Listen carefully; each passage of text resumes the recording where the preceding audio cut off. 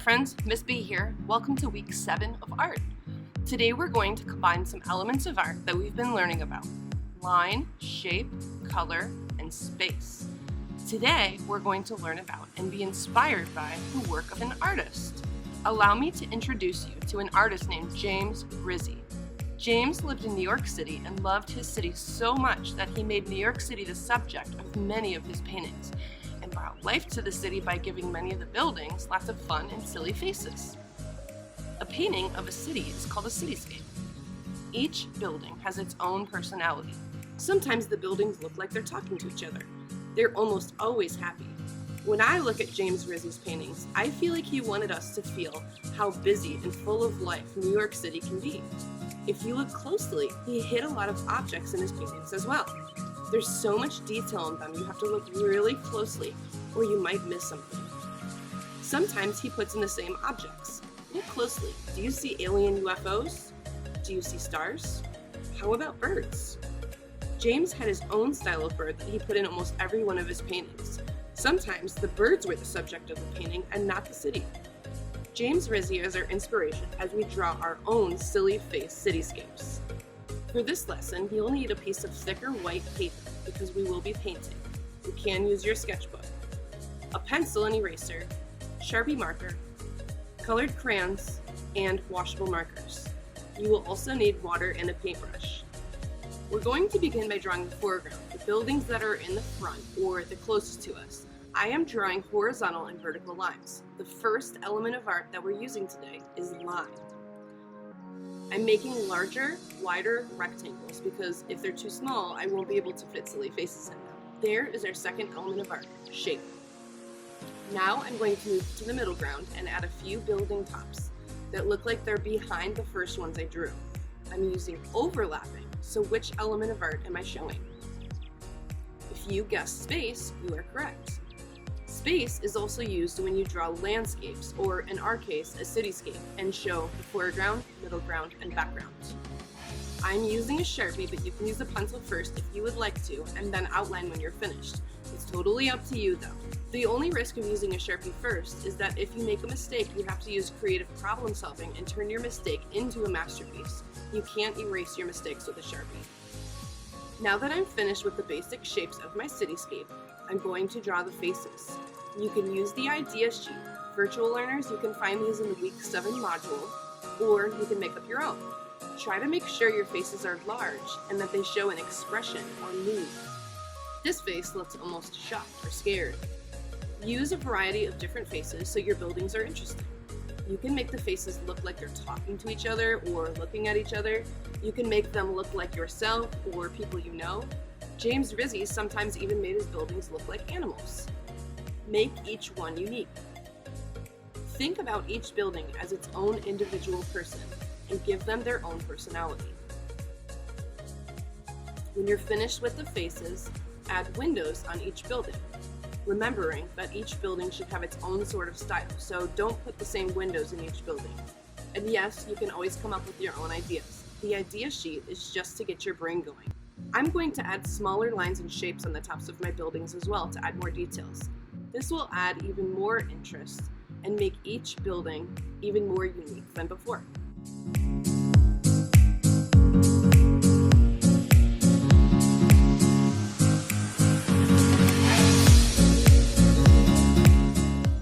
In the background, either up in the sky or in front of the buildings, you can add other items like a sun, moon, stars, clouds, rain, lightning, and hot air balloons, just to name a few.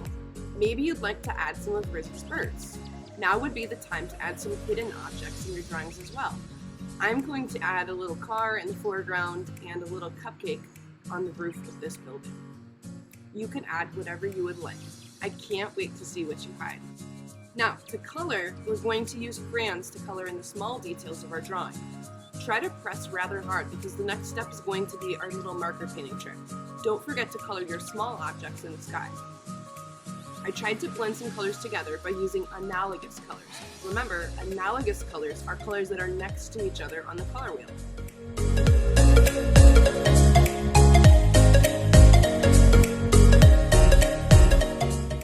Now that I'm done, I'm ready to use marker. When you use marker for this project, only outline the rectangle building shapes. I would like for you to use analogous colors or colors that are next to each other on the color wheel. So I got out all the colors and then put them in order of the color wheel. When you put them in this order, it's easy to separate between warm and cool colors, like we talked about last week. You could also use warm and cool colors as well. I think I'll use warm colors on my city and cool colors in the sky.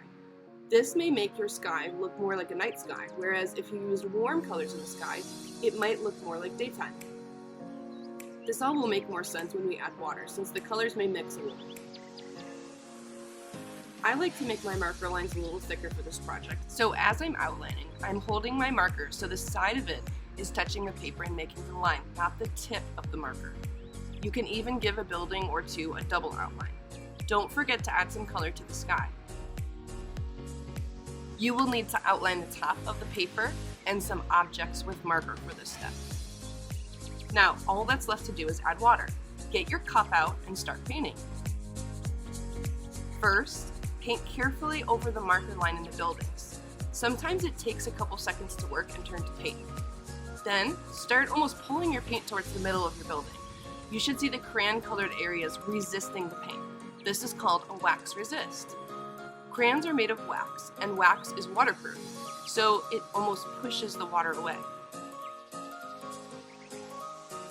I painted right over the eyes, but you can try to paint around them if you want them to stay white. Or you can color them with a white crayon and then paint right over top of them. They should stay white. I wash my brush in between colors just like I would if I were painting with paints, so the colors don't mix too much. If you need to go back in and add color to an area with marker, you can. Just use simple lines and don't put your marker in a puddle of water. Be very careful around the buildings because the colors will run if they're wet and mix, and it might turn a color you don't necessarily want. You can see where this happened with my red and purple. I went back in with my purple marker and just drew a couple lines between my orange and pink buildings because I needed some color there. Be patient. Remember, sometimes it takes a few seconds for the water to loosen up the color in the marker. I hope you enjoyed this project and learned a little about the art of New York artist James Rizzi and his style. Your painting should combine the use of the elements of art we've discussed so far: line, shape, color, and space. To review, first, you will draw your buildings using horizontal and vertical lines to form shapes. Add more buildings in the middle ground to show overlapping. Remember to give each building its own personality. You want your city to look alive. Add objects in the sky or background. Add some tiny hidden objects. The next step is to use crayons and press hard coloring in the details of your city. Then, you'll choose your analogous colors, or you can use warm and cool colors. Outline your buildings and sky with thick lines using markers. The last step is to use water to paint over your marker lines.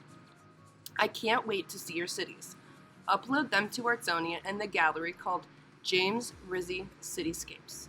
Stay tuned next week for a lesson on our fourth element of art, space. I hope you like this lesson and hope you enjoy making art with me while we're apart. Bye!